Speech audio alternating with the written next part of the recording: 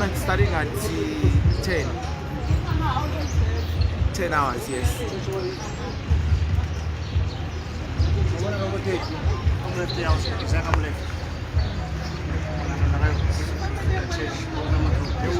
How much has she got? And advocated a more flexible approach, taking into consideration all the circumstances. Now, I also need to point out to the court that that decision or those decisions were criticized.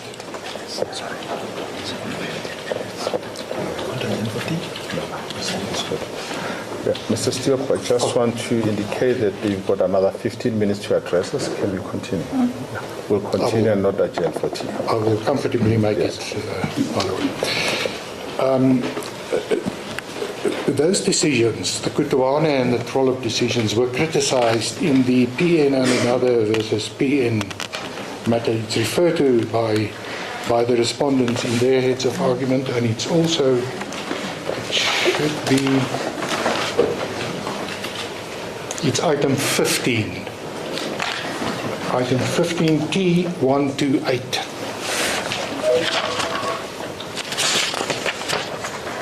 And in the PN matter, the learned judge, Mr. Justice Moshoane, criticized the approach adopted by the court in that matter. It's in paragraph 25 of that decision. And what the learned judge pointed out is that, look, you can't just ignore the rights of the common law wife in a common law marriage. And if you want to, if a court wants to develop the common law, then the court, it should be done properly. But what I should just point out is that the court in the PN and PN matter was seized with principles relating to the burial rights of customary law that flowed from a customary law marriage. In the Trollop and Kutuane matter, the judge dealt with civil law marriages, and he referred to Foot. And what Foot said would apply in the case of a burial, and what the learned judge pointed out is that Foot is more concerned with the duty to bury. In other words, not to let the body decay, not to let the body unburied. And what the learned judge said is that Foot did not concern or did not consider the right, who has the right to bury, and especially what would be the position when there is, or when there are competing or conflicting claims, such as what we have here. And it is in that context that the court in Trollop and also in the second matter, the Kutuane matter, concluded that the court should adopt a flexible approach and look at all the circumstances. And what we say is those circumstances, as was the case in the Sengadi versus Sambo matter, resounding conclusion would be the government or the applicant should be entitled to bury, for the very reason that the late president was not an ordinary person. I might point out that the Sambo matter, Sengadi versus Sambo, it went on appeal to the SCA, and the SCA dismissed the appeal, but for a different reason. What the SCA found was that the court could not have, of own accord, concluded that the rule or the customary law rule to hand over the wife was unconstitutional. The matter was never raised on the papers. But the Supreme Court of Appeal then found that on the facts, there was in fact a marriage. And it reached the same conclusion as the quote unquote, but via a different route. But the SCA never criticized the finding of the quote unquote in paragraphs 41 and 42. as I indicated or said, it dismissed the appeal.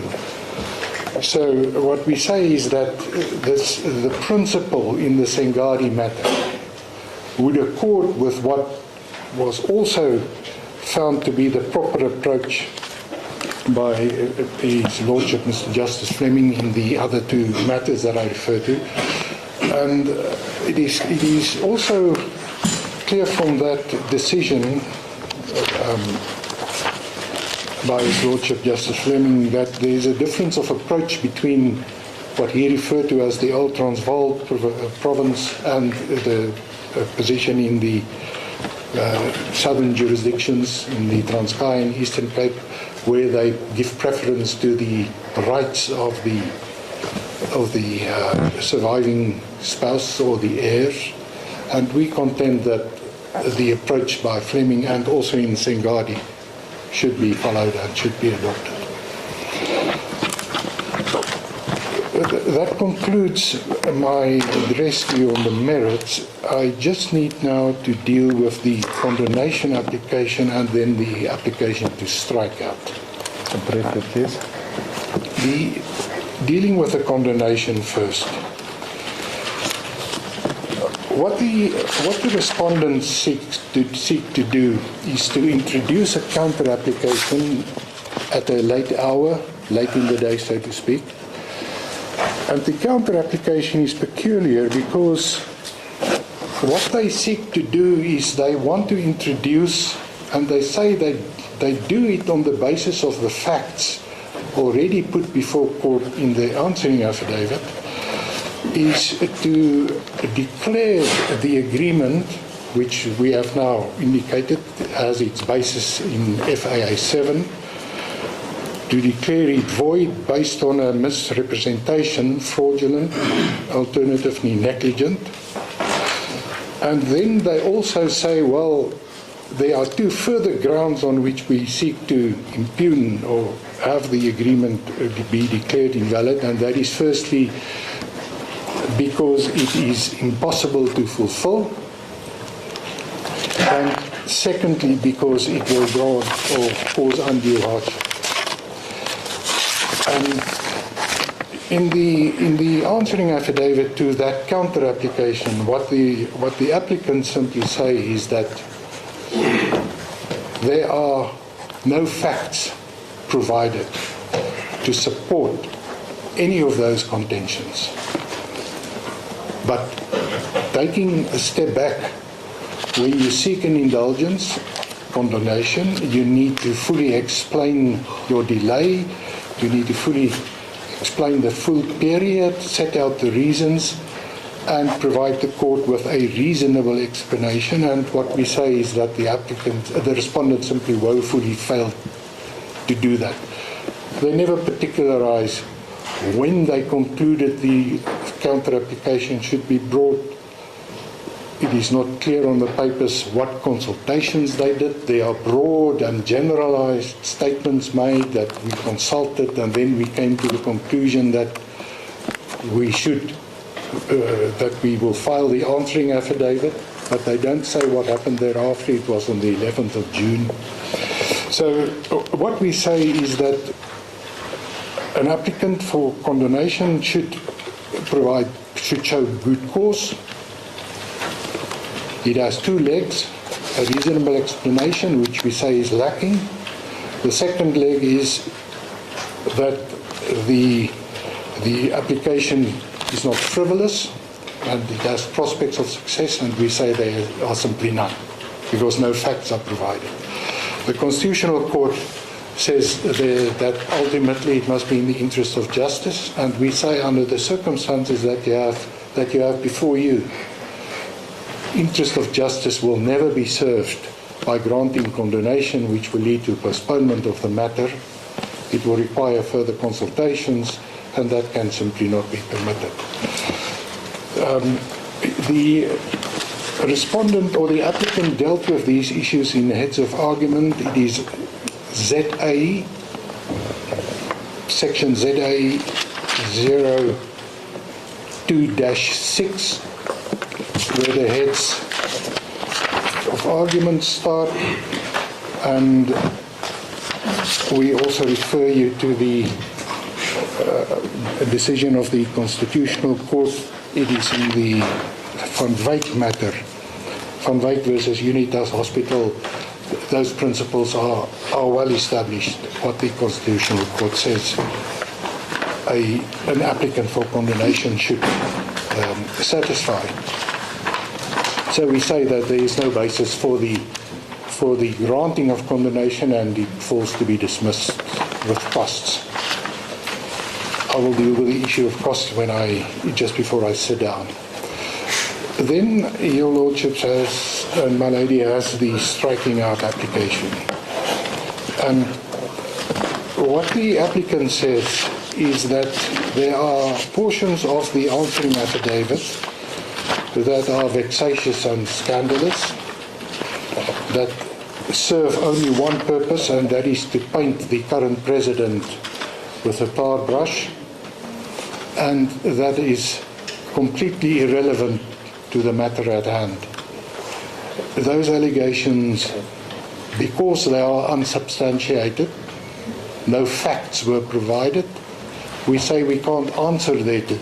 So that's where the prejudice lies.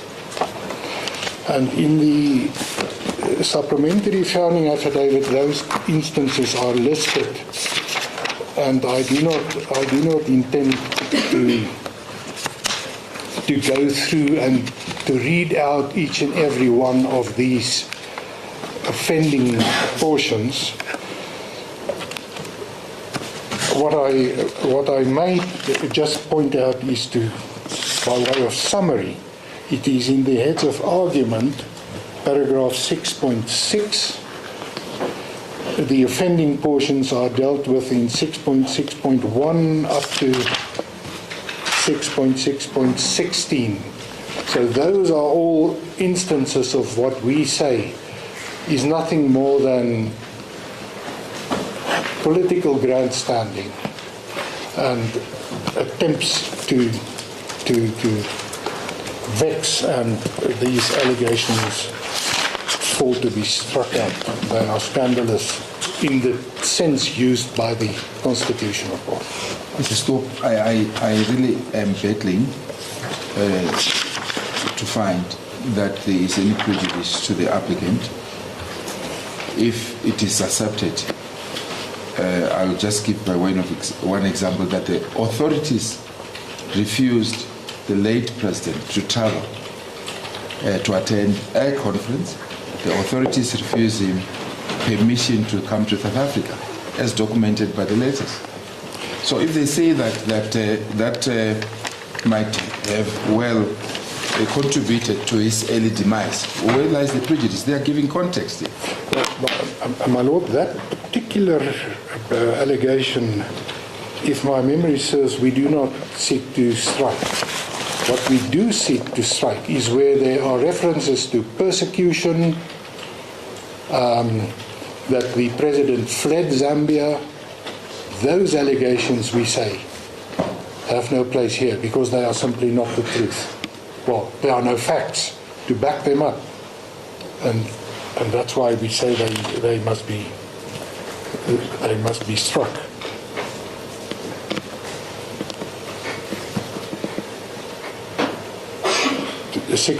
Paragraph 3.8 of the answering affidavit. The words flagrant abuse of human rights. What human rights were abused? It's not particularized. Those instances that they say he was refused permission to go to a church on one instance. He was refused to leave the country because he did not provide medical records in another. Are these instances of flagrant human abuse? Clearly not. So what are these? And that's why we say we are prejudiced. Why should it offend the applicant if there is a suggestion that he was compelled to seek financial support from family and friends against the background that his pension was withdrawn, pension benefit was withdrawn? What is offending about that? It is tied up with 3.13, my Lord. It says, this pattern of targeting the family members of political opponents and then it ends with that sentence. Perhaps I can just go there,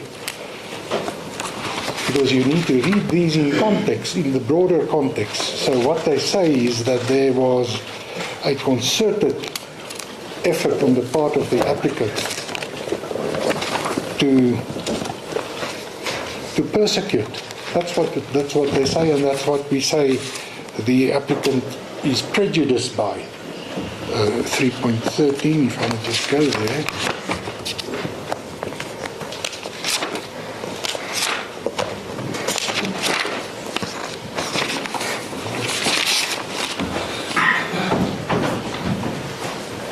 Yes, this pattern of targeting the family members of political opponents constitutes a blatant abuse of power and a violation of both domestic and international legal standards. These are serious allegations made against the government of the Republic of Zambia, and there are simply no facts given in support of it. How does the applicant even start to address this? And that's why we say we are prejudiced. We can't simply deny this. The facts or the allegations are made. We can say it's not the truth, which we do. But these allegations should not have found their way into the answering affidavit in the first place. And that is why we also object to that first statement that we seek to have struck out. It's because it's part of this entire narrative. 3.14, further example of these underhanded tactics. Well, 3.14 is what we say is irrelevant. Yes, 3.14 to 3.16. So if I may deal with that, 3.14 to 16 deals with firstly what happened. But, Mr. Stoop, even if that is true, how will it affect our judgment? I mean, It can't. No, it can't. It can't, my lady. But that also takes me to the relevance of those statements. These are serious allegations made that simply has no relevance to the matter at hand. And on that basis, the applicant is also entitled to have it struck. And the last item that I need to just quickly deal with is the impermissible hearsay, and that is an equally serious allegation that concerns the fact that because on the respondent's version, I paused to mention, I interrupted myself. What the respondent says is because you refused permission, you caused the early demise of the late president. And they state it here. I paused to mention that the treating physicians expressly indicated that had the late President Lungu been afforded the opportunity to consult with them during 2023 or at latest 2024, they would in all probability have been able to remove the tumor timeously, thereby avoiding any life-threatening consequences. Now, this is again a very serious allegation. As my colleague has said, how will this affect the judgment? It will not affect the judgment. No, but so it's irrelevant, firstly, but secondly, this comes from the mouth of the treating physicians.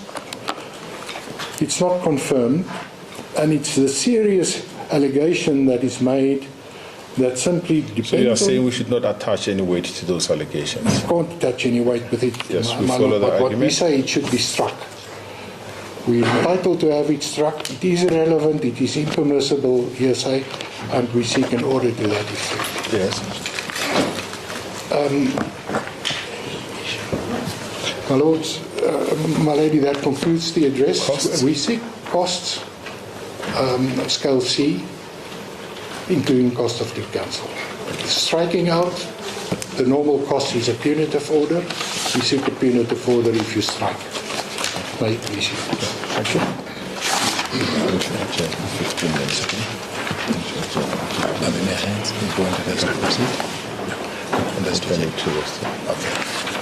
Thank you very much, Advocate Stewart. We are going to adjourn for 15 minutes before we give you an opportunity to address us. The court adjourns for 15 minutes.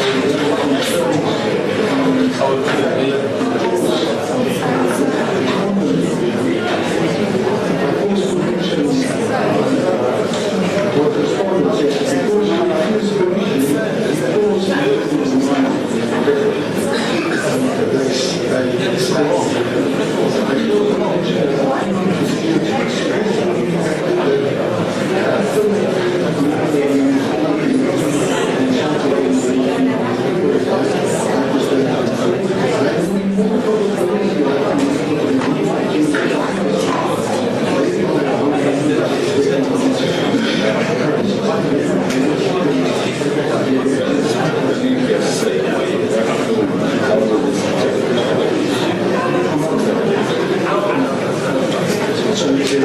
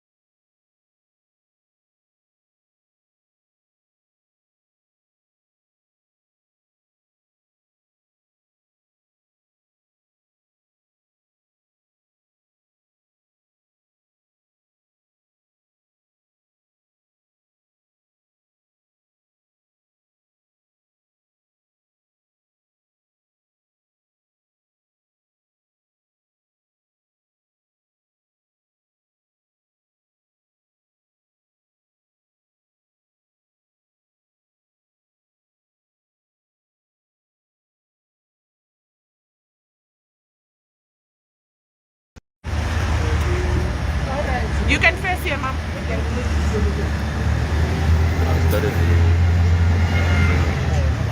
Okay, then I'll just go move to that side.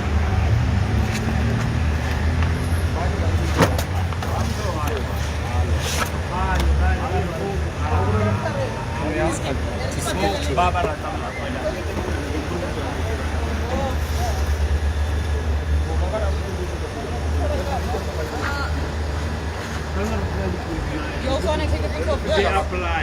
Baba never applying.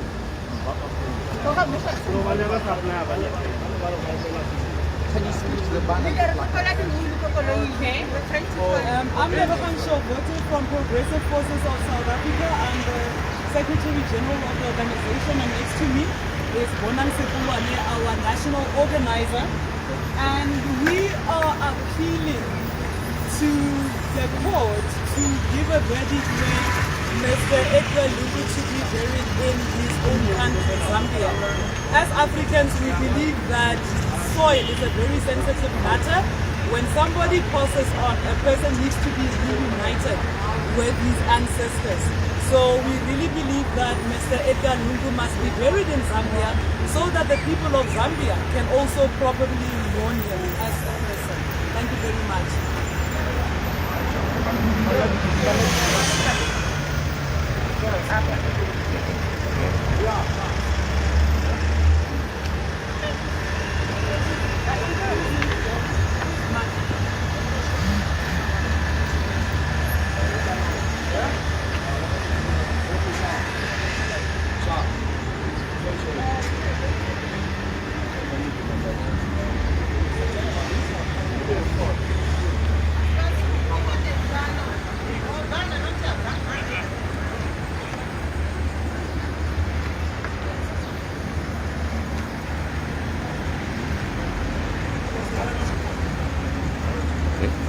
Family.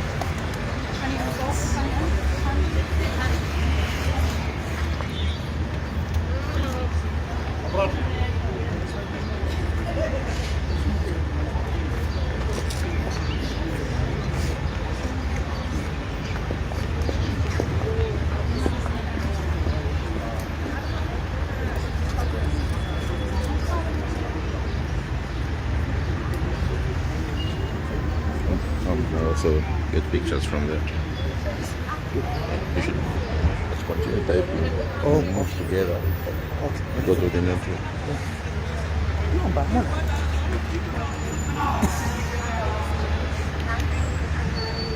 You don't leave your equipment. Unless if you want to donate. People who come here, they don't come because they are coming to church. They come here because of problems.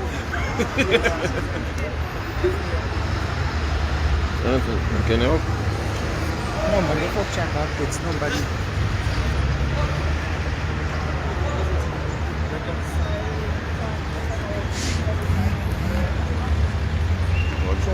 Want to get a picture there.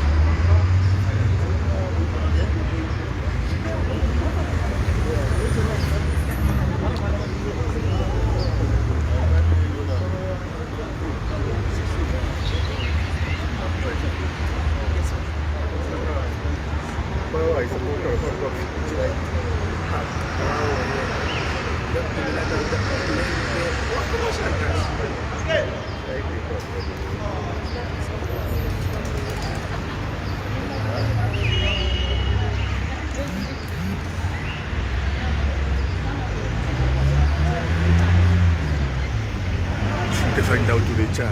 Why it looks like you You can share this. You can share this. There's one outside. I can just go to someone will check now over the child. I think that's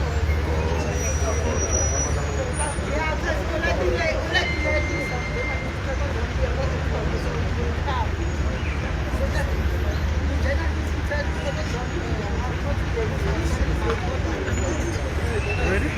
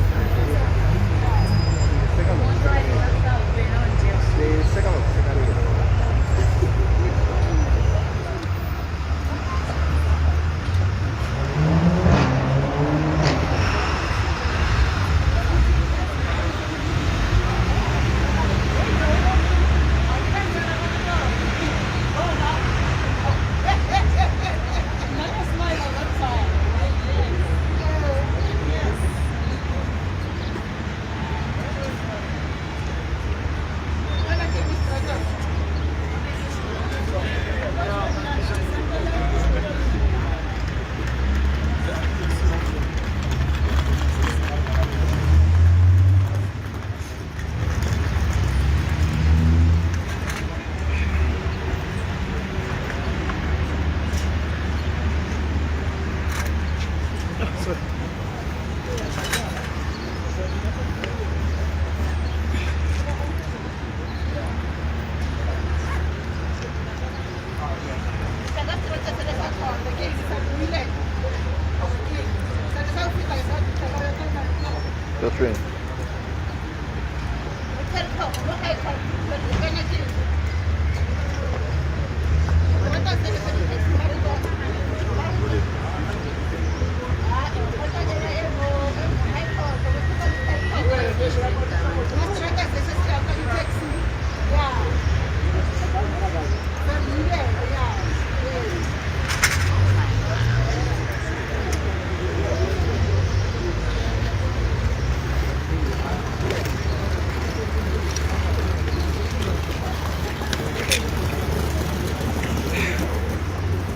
Patrick, stop with the mic, careful.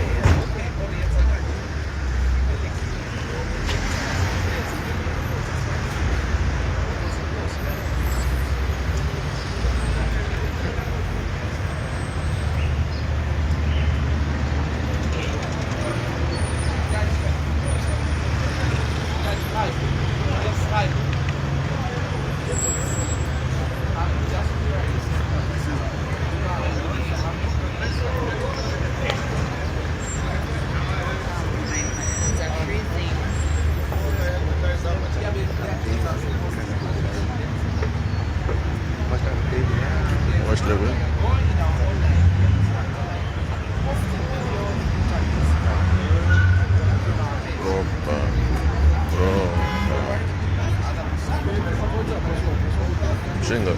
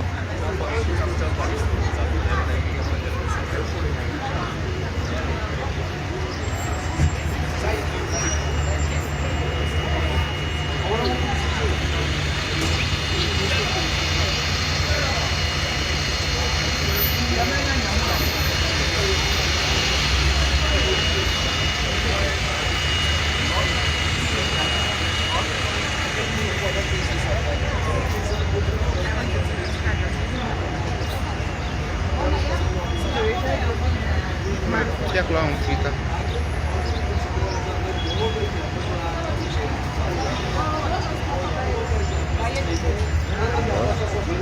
Siapa yang pendek pangga puan video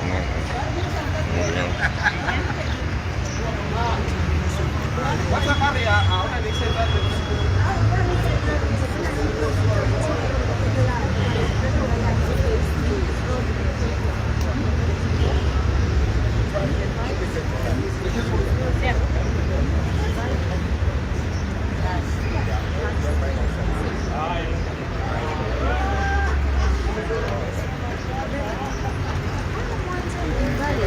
Maybe I'm entering now.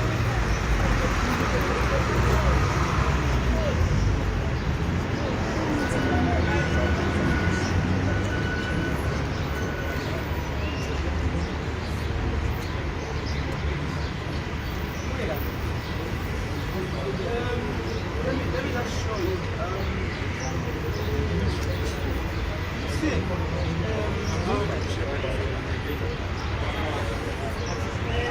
I'll check it.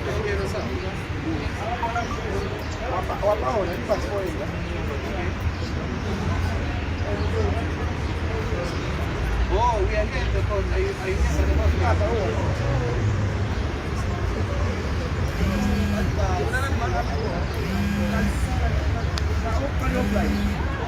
Oh, yeah,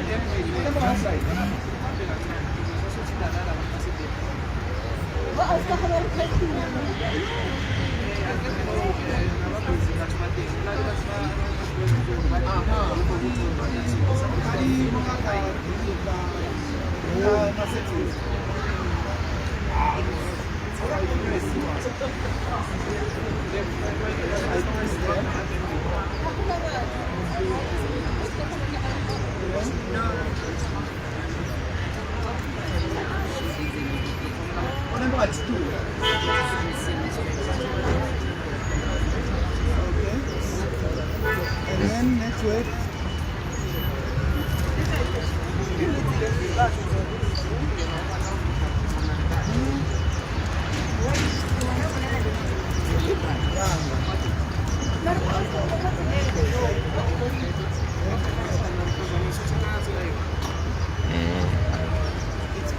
password. So enter the password now. Just come in and then check my password. What time are we going in?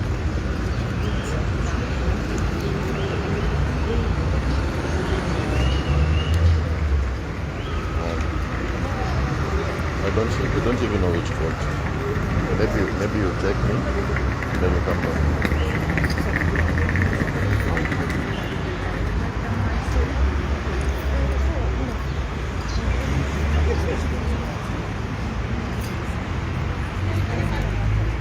Then you go in that back in.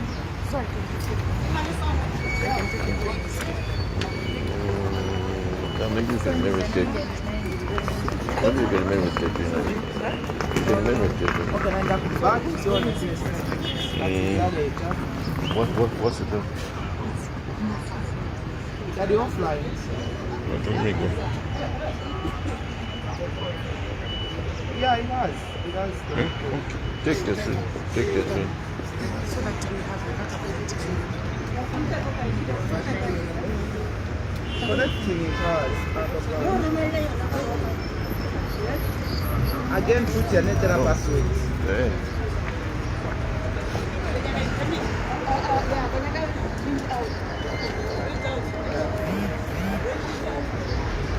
Just send one of these guys. That's how we want.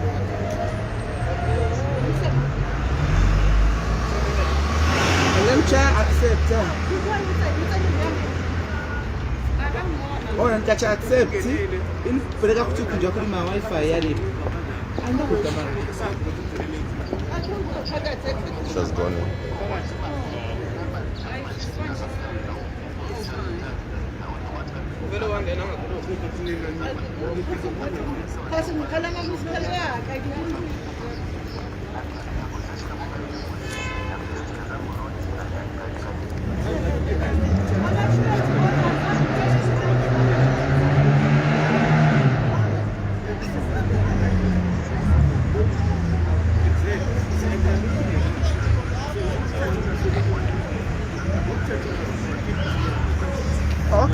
I'll keep on trying.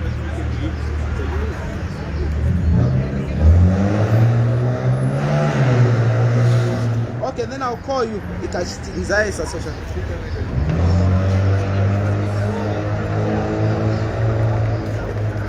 Atchani?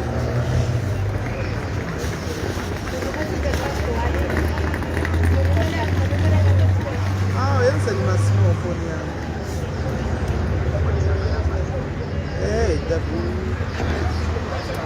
I don't know why it's when I passage I mean image touch on. Oh.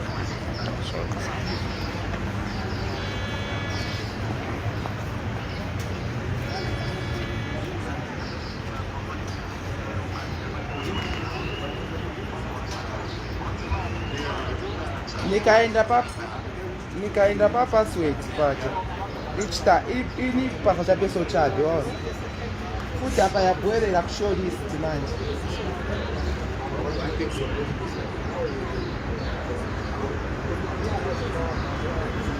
Yes, I kind of moderate.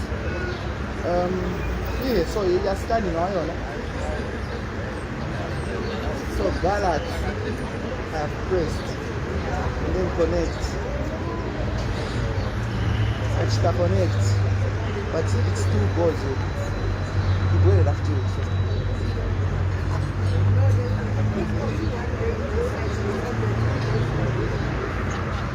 Now start connect. You have a password. Go on.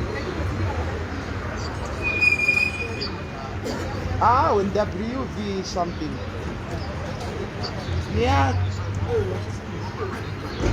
You kind of that.